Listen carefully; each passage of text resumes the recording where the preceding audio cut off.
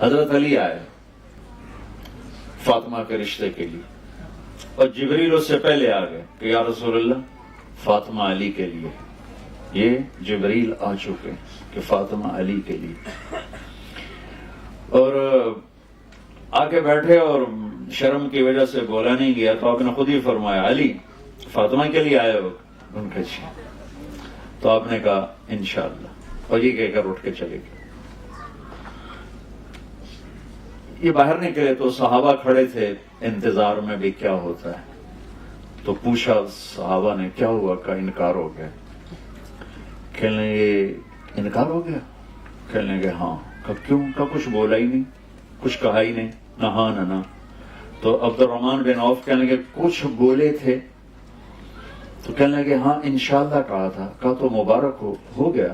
کہا وہ کیسے؟ کہا نبی کا انشاءاللہ ہاں ہوتا ہے۔ انشاءاللہ کیوں کہا؟ جبریل تو پہلے آ کے بتا چکا ہے کہ فاطمہ علی کے لیے اللہ لکھ چکے ہیں۔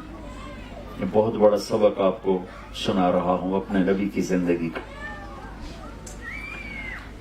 آپ نے ہاں نہیں کی، فاطمہ جیسی بیٹی، محمد جیسا باپ اور علی جیسا رشتہ، اور جبریل اوپر سے خبر لا چکے ہیں کہ یہ یہی ہوگا۔ پھر آپ گھر گئے اور بیٹی کو بلایا کہ بیٹی فاطمہ علی کا رشتہ آیا ہے، ہاں کر دو۔ سبحان اللہ، یہ اللہ نے ہمیں، اللہ کے نبی نے ہمیں سکھانے کے لیے یہ قدم اٹھایا۔ آپ کا آج کل کی بیچاری بیٹیاں کچھ نہیں کہتی، چپ کر کے چلی جاتی ہیں۔ فاطمہ جیسی بیٹی، جنت کی عورتوں کی سردار، اور محمد مصطفیٰ جیسا باپ، وہ باہر جس کو بھی ہاں کر دیتے۔ آپ کا کیا خیال ہے؟ فاطمہ نے کہنا تھا نہیں، باپ محمد مصطفیٰ جیسا ہو، بیٹی فاطمہ جیسی ہو، داماد علی جیسا ہو، فاطمہ ہاں کر دو، کہ یہ بیٹی کا حق ہے، یہ بیٹے کا حق ہے۔ بیٹا آپ کی یہاں شادی کر دیں، آپ کو منظور ہے؟ آپ خوش ہیں؟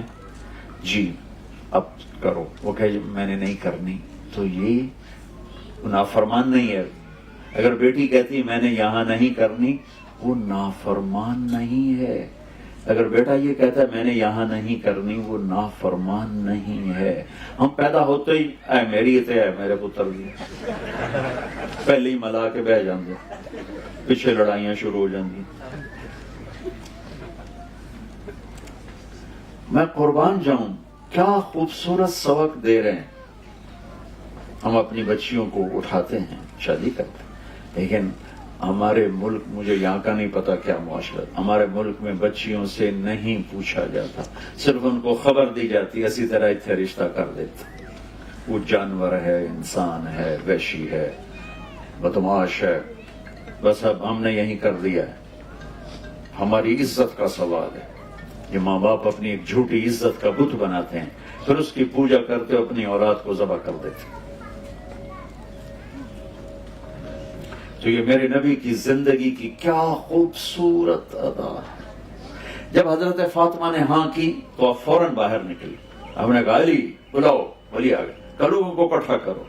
لوگ مسجد بھر گئی فوراً، تو آپ ممبر پہ کھڑے کر علی کو سامنے بٹھایا، اور آپ نے فرمایا لوگوں میرے پاس جبریل اللہ کا پیغام لے کر آئے ہیں کہ میں اپنی بیٹی فاطمہ کا نکاح علی کے ساتھ کر دوں۔ پھر آپ نے ان کا نکاح پڑھایا، ایجاب و قبول کروایا کہ علی میں نے فاطمہ بنت محمد کو 400 درہم مہر کے عوض تیرے نکاح میں دیا، تجھے قبول ہے؟ انہوں نے کہا جی مجھے قبول ہے، اور سجدے میں چلے گئے اور زور سے دعا پڑھی، رب اوزعنی ان اشکر نعمتک التی انعمت علی وعلی والدی، یہ دعا پڑھی، اور اس پر اللہ کے نبی نے زور سے آمین فرمایا، آمین۔ پھر 1 ماہ، 6 ماہ، 1 سال، 2 ماہ، یہ سب احادیث میں ملتا ہے۔